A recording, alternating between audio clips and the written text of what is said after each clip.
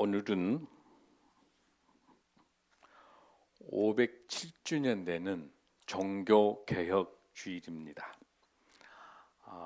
1517년 10월 31일 마르틴 루터에 의해서 종교개혁이 발생한 지 507년이 되는 해. 그래서 오늘은 특별히 우리 기독교, 우리 개신교가 가톨릭에 대한 종교개혁을 통해서 우리 기독교, 우리 개신교가 탄생한 날이 오늘입니다.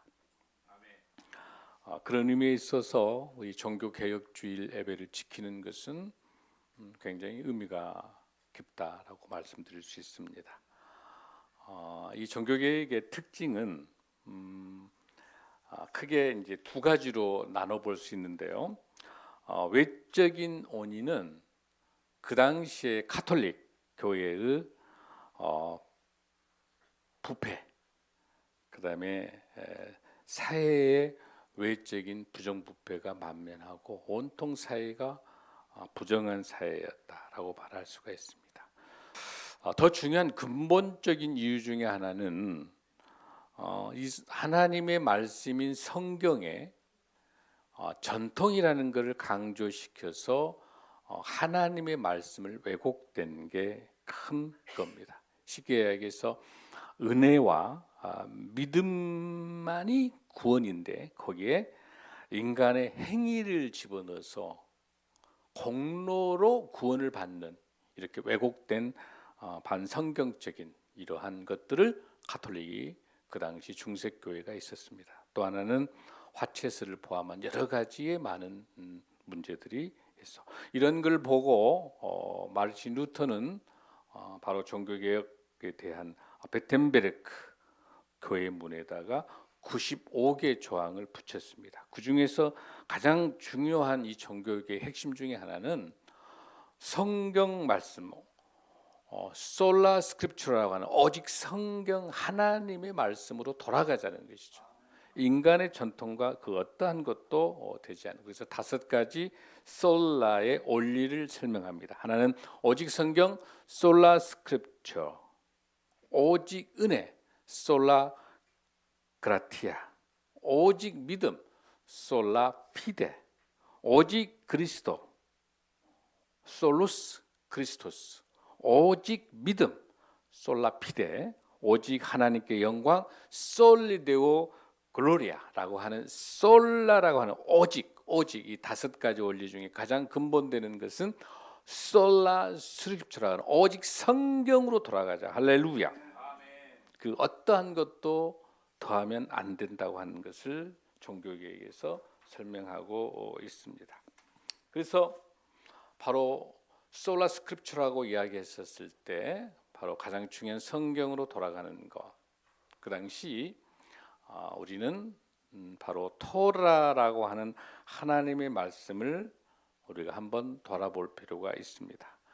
지난주에 체스터 선교사가 섬기고 있는 신한대학교에 바로 토라가 300년 된 토라가 기증식이 있어서 저도 참여를 함께 했습니다.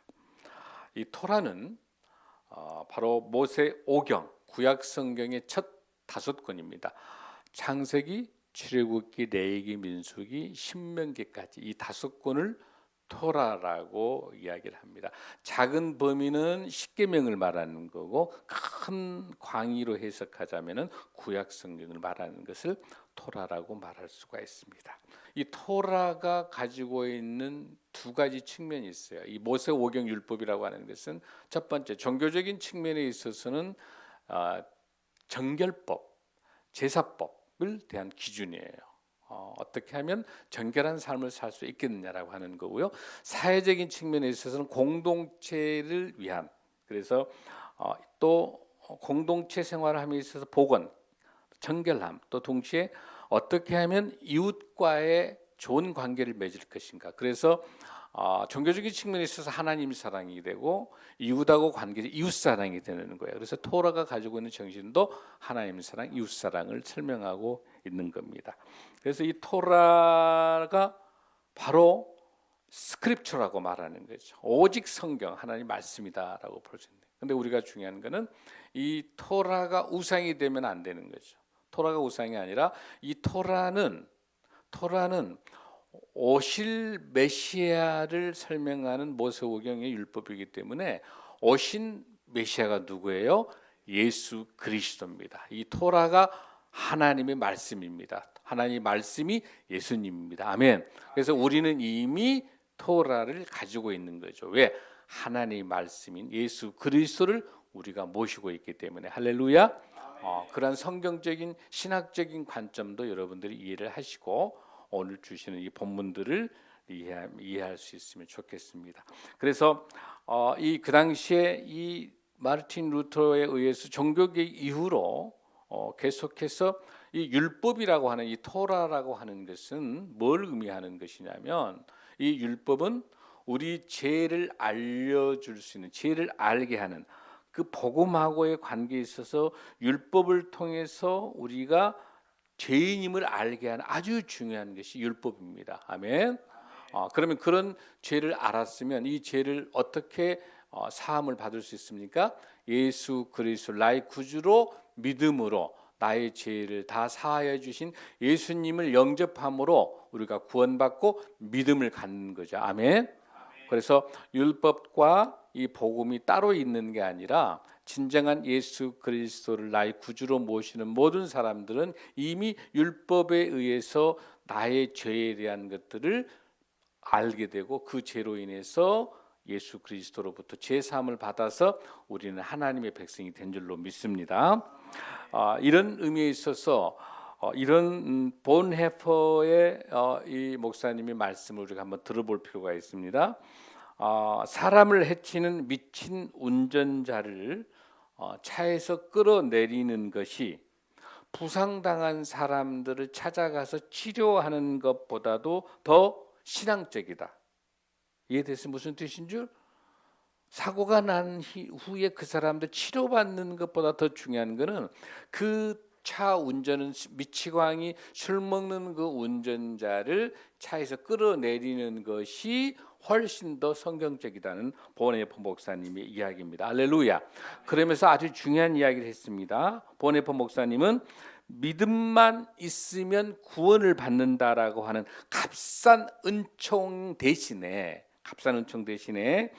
희생과 헌신을 요구하고 있는 값비싼 은총을 강조함으로 있어서 구원받는 그 은혜가 너무 감사해요.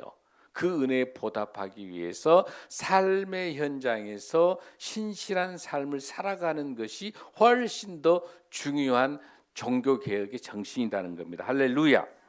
그래서 이러한 신앙의 모습들, 그래서 우리는 삶의 현장에서 삶의 예배자로 살아나가는 것이 종교개혁 정신을 잇는 거고 동시에 그것이 우리 삶의 사회개혁으로도 변화가 돼야 된다는 겁니다. 아멘.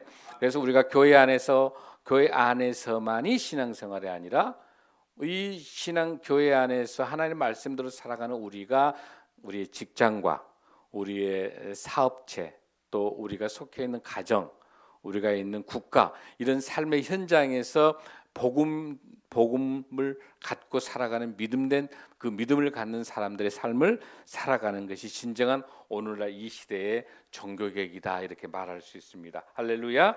그래서 이 종교개혁을 맞이해서 최고의 개혁자는 누굽니까? 예수 그리스도입니다. 아멘. 이 세상의 모든 율법을 완성시키신 분이 예수님이십니다. 아멘. 그 예수님의 사랑, 예수님의 섬김, 예수님의 존중, 이 모든 것들은 오직 우리들에게 복음으로 우리에게 사랑을 주신다 이렇게 말할 수 있겠습니다. 할렐루야.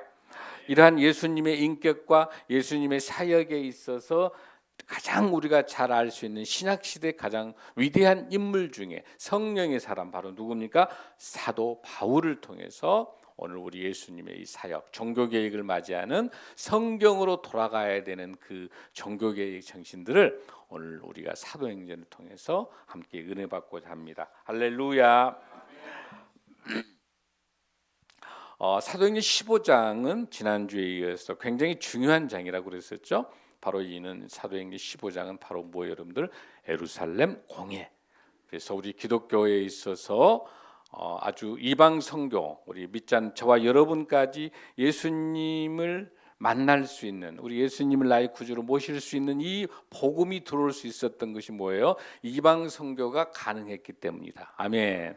그러면 그 이방 선교 한 가운데 있는 오늘 이 본문이 너무나도 중요한, 너무 중요한 오늘 설교 제목처럼 우리가 너무 분주하고 너무 바삐 살고 있는데 잠시 멈춰서 살펴보면서 우리에게 있어서 멍해가 무엇인지를 잘 우리가 살펴보면서 은혜의 시간이 되길 바랍니다. 자, 우리가 15장 9절 말씀 한번 우리가 읽습니다. 시작. 믿음으로 그들의 마음을 깨끗이 하사 그들이나 우리나 차별하지 아니하셨으니라. 10절 시작. 본문에서 여러분들이 중요한 게 뭐냐면 하나님이 우리에게 우리의 능력으로 이 복음을 전해줄 수 있는 그 증언할 수 있는 그 가능은 무엇 때문에 가능하다?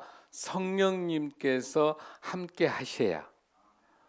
이 본문에 보면 바나바라는 인물과 바울이라는 인물이 함께 이 복음을 전하고 있는데 바나바와 바울이 복음을 전할 수 있는 것은 13장 쪽에 뭐가 있어요? 금식하며 성령님께서 세워서 안수하여 하나님의 선교사로 이방 선교사로 파송하죠. 여기 금식이라는 단어가 굉장히 중요한데 금식이 왜 중요하냐면 우리가 식사를 한다고 하는 것은 밥을 먹는다고 하는 것은 외부의 영양분을 받는 거죠. 그것은 외부로부터의 통로가 있는 건데 금식은 뭐냐면 내가 외부로 들어와야 될 그 먹는 모든 음식들을 멈추는 거란 말이에요. 멈추는 건 뭐냐면 철저하게 세상 것에 의한 세상의 음식에 의해서 나를 지배받는 게 아니라 나의 인생에 내 삶의 모든 것을 철저히 하나님이 공급해 주시는 걸로 살겠다고 생각하면 세상 것을 단절시키는 거예요. 그게 금식이에요. 아주 우리에게 있어 금식이라 하는 그 개념. 하나님이 나를 통치해 주십시오.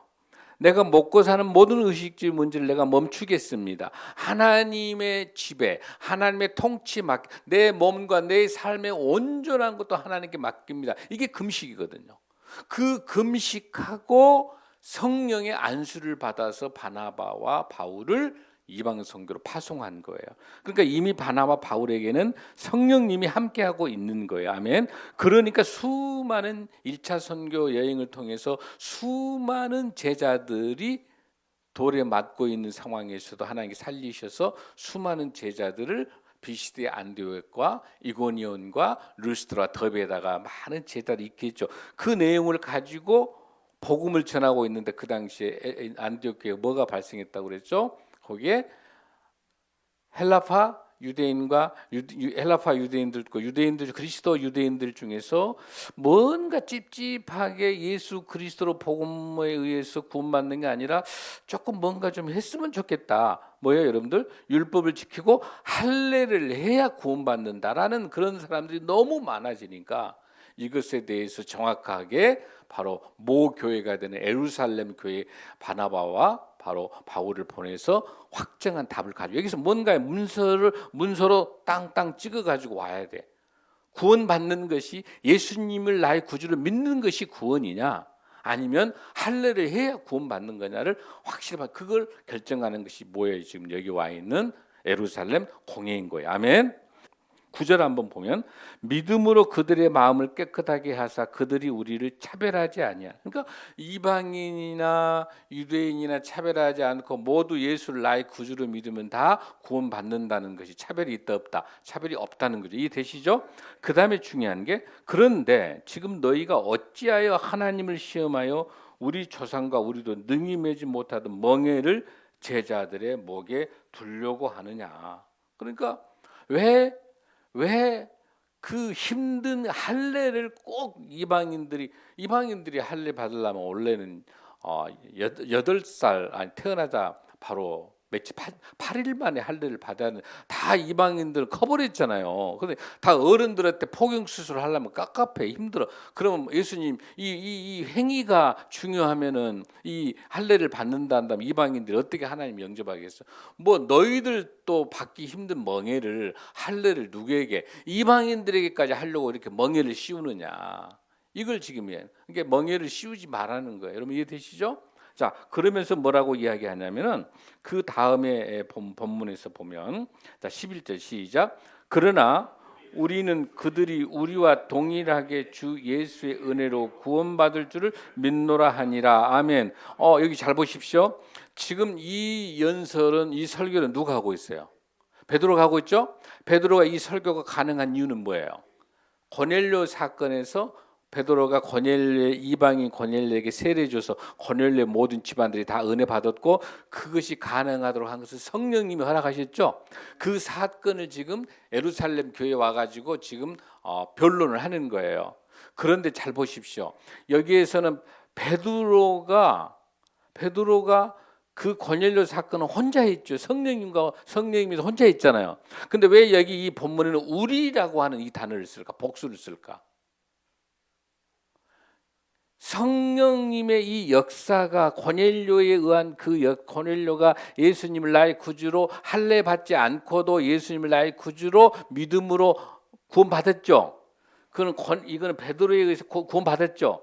그런데 이 사건 뒤에가 베드로에게 있어서 누가 지금 여기 와 있어요? 뭐하러 지금 정신 차리시다 여러분들. 지금 여기 베드로가 연설하고 설교하고 있는데 변론하고 있는데 여기에 누구 지금 같이 와 있어요? 예루살렘 안디옥에서 누가 와 있어요? 바나바하고 바울이 와 있잖아요. 근데 바나바 바울도 1차 선거 여행에서 할례하지 않고도 이방인들 비시대 안디옥 이고니온 루스트라 더베에서 많은 사람 제자들이 많았었죠. 제자 많아요, 안 많아요? 많았죠. 그 제자들 많이 복음 전해서 예수님을 영접했는데 그때 그 당시에 할례 해가지고 다 예수님 영접했어요?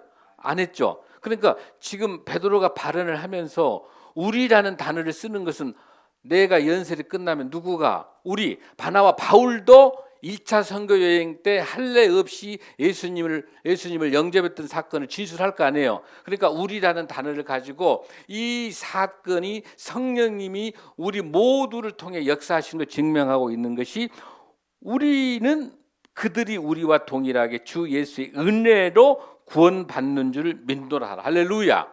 이 연설이 너무 중요한 거예요.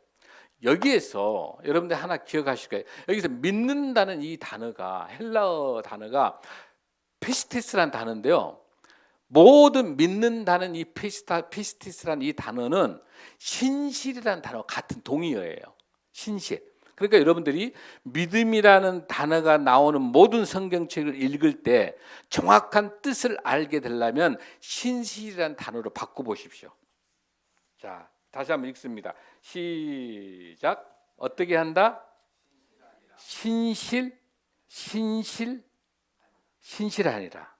신실하니라. 그것에 대해서 어떤 뜻이에요, 여러분들? 그것에 대해서 신실한단 말은 무슨 뜻이에요?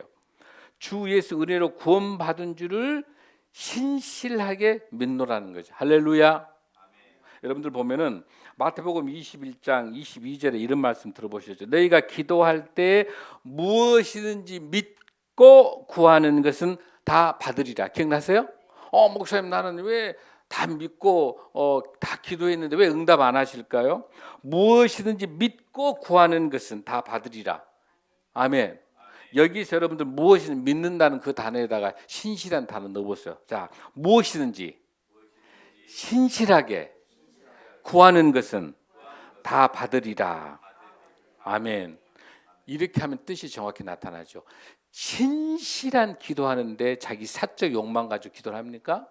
그럴 수 없죠. 거기에 남을 사기치고 남을 돌려먹기 위해서 신실한 사람이 사기치고 거짓말되면 나의 이익만 해서 기도합니까? 아니죠. 공동체 이익을 위해서 나보다 더 하나님의 사역을 위해서 기도하고 또 개인의 욕망을 위해서 기도하는 게 아니라 신실하고 진실된 기도를 하는데 하나님 응답 안 하시겠어요? 그 믿음이라는 단어 속에다 뭘 집어넣는다? 피스티스 신실한 단어를 넣으니까 어떻게 한다? 무엇이든지 신실하게 구하는 것은 다 받으리라. 할렐루야.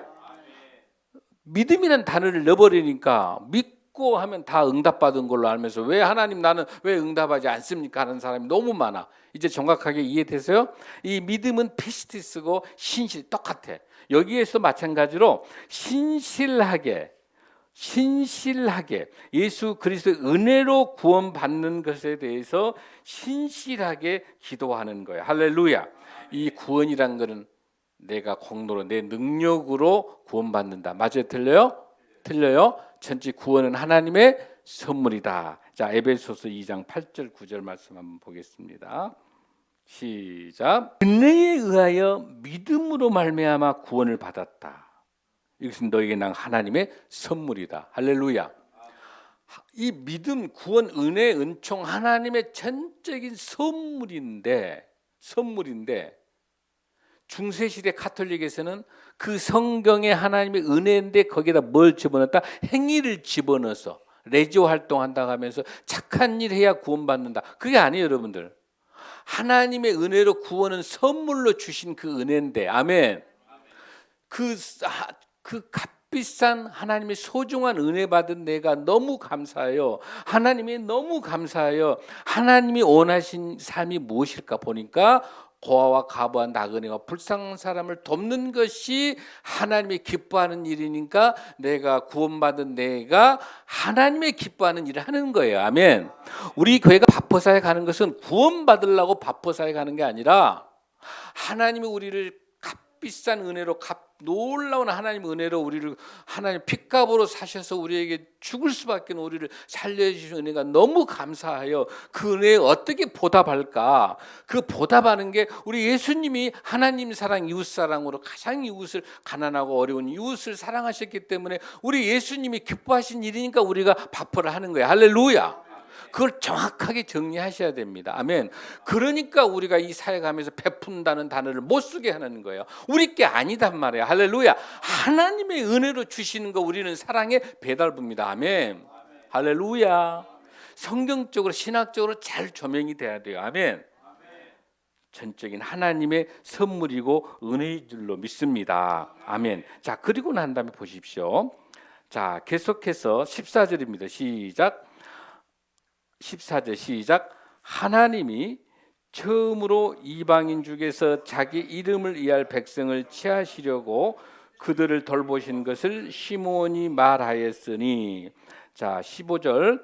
선지자들의 말씀이 이와 일치하도다. 기록된 바 이후에 내가 돌아와서 다윗의 무너진 장벽을 다시 지으며 또 그 허물어진 것을 다시 지어 일으키리니와 이는 그 남은 사람들과 내 이름으로 일컬음을 받는 모든 이방인들을 주를 찾게 하려 함이라 하셨느니라. 18절. 즉 애로부터 이것을 알게 하시는 주의 말씀이라 함과 같으니라. 할렐루야. 여기에서 이제 그 12절 속에는 누가 나타나냐면 바나바와 바울이, 여러분 12절 앞에 보면은 온 무리가라는 그 단어 앞에 헬라어 대가 빠져 있어요. 그때 그러자. 그러니까 베드로에 의해서 이 구원받는 것은 하나님의 선물이다. 그러니까 할례 받아가지고 구원받는 것이 아니다라고 베드로가 선포했죠. 거기에 대해서 다시 한번 누가? 바나바와 바울이 그때 바나바와 바울이 그때 표적과 기사, 바로 1차 선교 여행 때 받았던 수많은 주님의 돌아왔던 그 제자들이 하나님의 은혜로 선물로 구원받았다는 것을 입증했습니다. 그랬더니 이제 마지막 이 당시에 예루살렘 교회의 담임 목사가 누구냐면 야고보예요. 야고보 장로예요. 야고보가 이제 결론을 딱 내리는 거예요. 최종적으로 도장을 딱 찍기 전에 바로 그 사건입니다. 어떤 사건이냐면 바로 야고보가 이제 대답을 하면서 뭐라고 이야기합니까? 하나님이 처음으로 이방인 중에서 자기 이름을 위해서 백성 치는 그 돌보시고 누구다? 시몬이 말. 이 시몬이 누구예요, 여러분들? 베드로. 자, 베드로가 금방 말을 했습니다. 바나바가 말을 했습니다. 바울이 말을 했습니다. 이 모든 것을 종합해서 이제 누가 결론을 내린다? 야고보가 이제 결론을 내립니다. 어떻게 내린다? 바로 유명한 이 본문, 아모스에 있는 이 본문을 가지고 지금 설명하고 있어요. 아모스에 있는 이 본문을 가지고 설명하면서 뭐라고 이야기하고 있습니까? 이 본문 속에서 하나님께서 역사하고 계시는 그 내용, 바로 뭡니까? 하나님 말씀 아모스 9장 11절에 있는 것처럼 이 야고보는, 그러니까 베드로하고 바나바하고 바울은 삶의 사역의 현장에 있었던 표적과 기사와 그 성령의 역사에 의한 것에 대해서 설명했다면, 여기 있는 야고보는 율법, 구약, 하나님의 말씀에 근거해서 결론을 내리는 거야. 그러니까 권위가 서죠. 하나님의 말씀으로 권위를 하는 게 바로 뭐냐면 아모스 9장 11절의 말씀이 있는 허물어져 있는 다윗의 장막을 그대로 인용하고 있습니다. 그건 뭐냐면 다윗의 하나님께서 모세의 장막, 모세의 성막도 아니고 솔로몬의 성전도 아니야. 가장 볼품없고 약하지만은 그 예배를 하나님께 올려드리면서 춤추며 기뻐하는 다윗의 장막이 무너졌는데, 이 이스라엘 백성들의 죄악에 의해서 그 다윗의 장막이 무너졌지만 하나님께서 예수님을 다시 통해서 다윗의 장막을, 무너진 장막을 다시 세울 수 있도록 찬송으로, 예배로, 말씀으로 세우시겠다는 그 말씀의 근거를 가지고 야고보에 의해서 예수 그리스도가 장막을 다시 세운 것처럼 예수 그리스도만이 우리 죽을 수밖에 없는 우리 죄인들이 할례를 통해서 구원받는 게 아니라 철저히 하나님의 말씀에 의해서 예수 그리스도에 의해서 구원받는 것, 그 어떠한 율법도 아니고 어떤 할례도 아니고 오직 예수 그리스도만이 우리를 구원자가 된다는 그 증명을 야고보에 의해서 결론을 내려줍니다. 할렐루야. 그러면서 아주 놀랐습니다. 오늘 너무나도 종교개혁인데 너무 중요해요. 너무 중요합니다.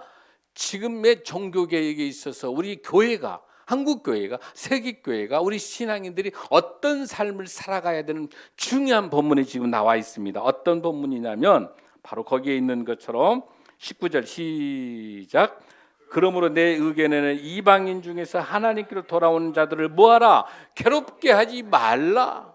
할례를 꼭 해야 구원받는다고 하지 말라는 거죠. 뭐예요, 여러분들? 오직 예수 그리스도만이 구원자인 줄로 믿습니다. 그러면서 한 절 더, 자 20절 시작. 다만 우상의 더러운 것과 음행과 목매어 죽인 것과 피를 멀리하라고 편지하는 것이 옳으니. 할렐루야, 할렐루야. 그러면서도 너무 중요한 게 뭐냐면 할례를 받지 않고 예수 그리스도만이 구원받을 수 있고 그게 복음이라고 말을 하면서도 이 안에 누가 지금 찝찝한 게 하나 남아있어요. 이렇게 결론을 내리면 할례하라고 주장하고 율법을 지키라고 주장한 사람 누가 있어요? 유대파 그리스도인 있죠. 찝찝하지. 교회 안에서 이 사람들 이렇게 결론 내려서 할례 필요 없어, 율법 필요 없어, 오직 예수 그리스도 구원받아, 이렇게 해버리면 한쪽은 진리이기 때문에 이기죠. 그러나 누가 지금 찝찝이 남아 있어요? 유대파 그리스도인들이 찝찝하죠. 이렇게 법을 내리면.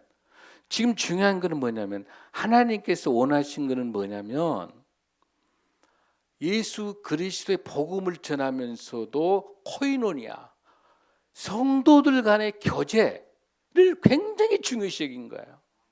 그러니까 무슨 뜻이냐면 이거하고 같아요. 여러분들 보세요. 이제 목사님이 우리 성도 여러분들하고 이제 예배를 마쳤는데 저기 옆집이 개업을 했어. 개업을 해가지고 그 다음에 이제 그 옆집은 그 개업 큰 회사이기 때문에 개업을 하면서 거의 한 1억짜리 굿을 해서 굿 무당 굿을 하고 그 다음에 그 돼지 머리를 큰 놈 채가지고 해가지고 그 다음에 떡도 최고급 떡으로 했어. 그러고 난 다음에 이제 목사님 우리 교회 신생명나무께 찾아온 거야. 목사님, 저희들이 굿을 했고 떡을 했는데 이것 좀 먹으라고. 여러분 이 떡 먹으면 돼요, 안 돼요? 자, 먹어도 된다는 사람, 먹으면 안 되는 사람. 왜 안 돼? 우상숭배. 여기 잘 들어보십시오. 하나님께서는 나 외에 다른 신을 두지 말라, 우상숭배하지 말라 그랬죠? 떡 먹는 게 우상숭배인가요? 아니죠. 근데 왜 먹으면 안 될까? 자, 우리 크리스찬 이거 잘 들으십시오. 자, 제사를 지르고 난 다음에 그 제사상 먹으면 된다, 안 된다? 안 된다. 된다. 다 오늘 정확하게 정리합니다. 오늘 지금 예루살렘 공회에서 정확하게 답을 줍니다. 지금 잘못된 게 너무 많은데 뭐냐면, 자, 우리 크리스찬들은 우상 숭배한 건 아니야. 우리가 구슬을 한 게 아니야. 우리가 돼지머리에 절한 게 아니에요. 우리는 뭔가 만들어가지고 우상 숭배 한 적이 없어. 우리는 한 적 없어요. 그 돼지머리에 절을 하고 제사상을 지는 사람 다른 사람이죠. 다른 사람이죠. 그러니까 우상이 아니라 우상에게 드려진 것, 그것은 가지고 오면 우리는 우상 숭배 안 했잖아요. 그러니까 우리는 그거 하나님 감사, 이거 웬 떡입니까? 하나님 너무 감사합니다. 먹어도 됩니다. 문제 안 됩니다. 제사밥 먹어도 문제 안 돼요. 그거 하나, 그 귀신 하나 이겨내지 못할 정도 하나님 아니시잖아요. 어떤 거 관계 없는 거예요. 우리가 우상 숭배 안 하면 되는, 우리가 절 안 하면 되는 거예요. 절은 하면 안 되는 거예요. 우상 숭배하면 안 돼. 그러나 우상에 드렸던 것 우리는 딱 오면 시쳐가지고 이거는 성령님으로 시쳐서 맛있게 먹겠어. 웬 떡이냐 하고 맛있게 먹을 수 있다 없다? 있다. 할렐루야. 이해되세요, 여러분들? 그 정도 수준이 돼야 돼, 우리 크리스찬들은. 할렐루야. 그러니까 다만 근데 뭐가 문제냐면, 이제 목사님이 이렇게 이제 그 웬 떡이냐 하고 먹고 있단 말이야. 우리 성도들이 장로님도 먹고 권사 먹고 있는데, 저기 뒷문에서 한 일주일 전에 우리 교회를 등록했어. 그래서 그렇게 우리 목사님이 배가 고플까? 저는 우상 숭배에 있는 떡을 먹을까? 저거 먹으면 안 될 것 같은데, 저는 막 그 귀신이 덜렁덜렁 붙어 있는 건데 왜 목사님? 장로님은 더 잘 먹네. 아니 권사님은 더 잘 먹네. 시켜서 먹네. 그러면 그 초신자 입장에서는 시험 들어요, 안 들어요? 시험 들어요. 그래서 안 먹는 거예요. 나는 먹어도 문제가 안 되는 거예요, 여러분들. 그런 문제 안 되는데, 만약에 한 명이라도 그 모습을 보고 시험 들어가지고 하나님을 만나는 그 초신자가 시험 들 것 같으면 먹어라, 먹지 마라. 먹지 말라는 거예요. 여러분 이해됐어요? 무슨 뜻인 줄? 오늘 이 시간에, 오늘 이 베드로와 바나바와 바울이 증명했어요. 할래 안 해도 돼요. 그거 중요한 거 아니에요. 그런데 이것을 안 해도 되는데 누가 지금 상처를 받아요? 유대파 그리스도인이 상처받을 것 같으니까 먹지 말라는 게 있어요. 뭐냐면 그 우상 숭배하는 것들, 그 다음에 살아있는 피, 그냥 피, 아니면 그 목을 매가지고 죽여가지고 나온 것들, 그 다음에 음행, 이런 것들은 먹지 말라고 돼 있어요. 구약에가, 율법에가. 근데 그 본문 보십시오. 그래서 그 본문의 20절 시작. 다만 우상의 더러운 것과 음행과 목매어 죽인 것과 피를 멀리하라고 편지하는 거죠. 그러니까 여기에다가 코이노니아, 그 교회 안에의 좋은 신앙의 교제, 초신자나 신앙생활을 많이 했다든지, 그 유대파 그리스도인이나 헬라파 그리스도인이나 다 함께 하기 위해서 대조건은 할례하지 않아도, 율법을 지키지 않아도 예수 그리스도만 가지고 구원받는다. 할렐루야. 이렇게 선포하면 되는데, 거기다가 하나 편지에다 살짝 붙인 거예요. 자, 할례는 안 해도 된다. 율법을 지키지 않아도 된다. 그러나 뭔만 그 우상 숭배했던 것들이나 아니면 생피나 또 목맹거나 음행이나 이런 것 정도는 안 하는 게 좋겠다. 이렇게 해서 누구 마음을 좀 안화시켜 줍니까?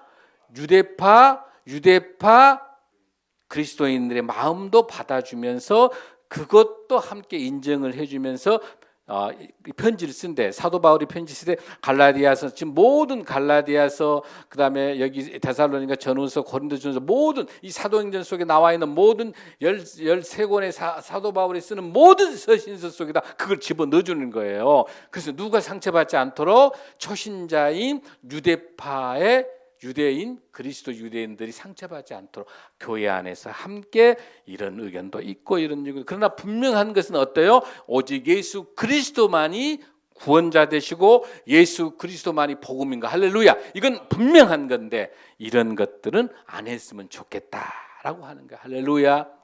그래서 나중에 보면 이제 2차 선교행 때 보면은 디모데에게다 할례를 하게 해줘요. 왜? 디모데랑 같이 이제 2차 선교행 하는데 전부 가야 될 때가 유대인들이 있는 곳이에요. 그러니까 뭘로 그 전도하기 위해서 유대 디모데에는 바로 할례를 하게 해. 근데 디도에게는 할례하지 마라 그런단 말이에요. 그러니까 할례를 하고 안 하고 이게 중요한 게 아니라 복음을 전함에 있어서는 복음을 전하면 우리 크리스찬들이 왜 지혜로워야 되냐면 우리 크리스찬들은 복음을 전함에 있어서 자기 고집, 자기 성격대로 막 깃발들며 뭐야 여러분들 불신 지옥, 예수 천당 막 하면서 지하철에 막 이런 거 하지 말라는 거예요, 여러분들. 그렇게 하지 말고 믿지 않는 세상 사람들과 성경적인 언어를 신학적인 언어를 세상의 언어로 바꿔가지고 은혜, 축복, 뭐 이런 것들, 기쁨, 감동 이런 언어로 바꿔가지고 세상하고 소통할 수 있는 지혜로우라는 게 할렐루야. 그렇게 명령을 하나님께서 내리시면서 근데 이 모든 게 가능한 이유가 뭐예요, 여러분들? 이게 모든 게 가능한 게 뭐예요? 뭐 때문에 가능한 거예요? 뭐 때문에 가능합니까? 이게 가능할 수 있는 거는 29절 다시 한번 30절 아니 28절 29절 다시 한번 시작. 성령과 우리는 이 요긴한 것들 외에는 아무 짐도 너희에게 지우지 아니하는 것이 옳은 줄 알았노니. 할렐루야. 성령님께서 이걸 가능하게 하신다는 거예요. 아멘. 그러면서 한 번 더 29절에 누가가 쓰고 있어요. 시작. 우상의 제물과 피와 목매어 죽인 것과 음행을 멀리할지니라. 이에 스스로 상가면 잘 되리라. 평안함을 원하는. 할렐루야. 그 공동체가 평안할 수 있도록 여기다가 할례하지 말란 말 없죠? 안 적어놨죠? 뭔만 끝까지 초신자, 신앙이 약하고 또 이제 신앙생활 한 사람들. 그래서 교회 안에서 하는 모든 일들이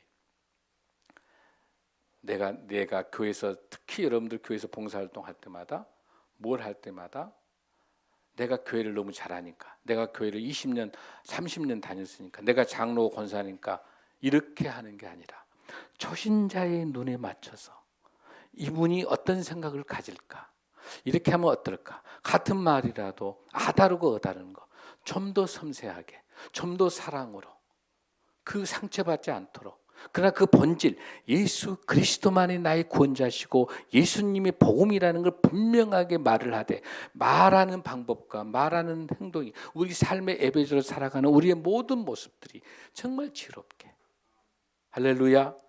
오늘은 종교개혁 507주년입니다.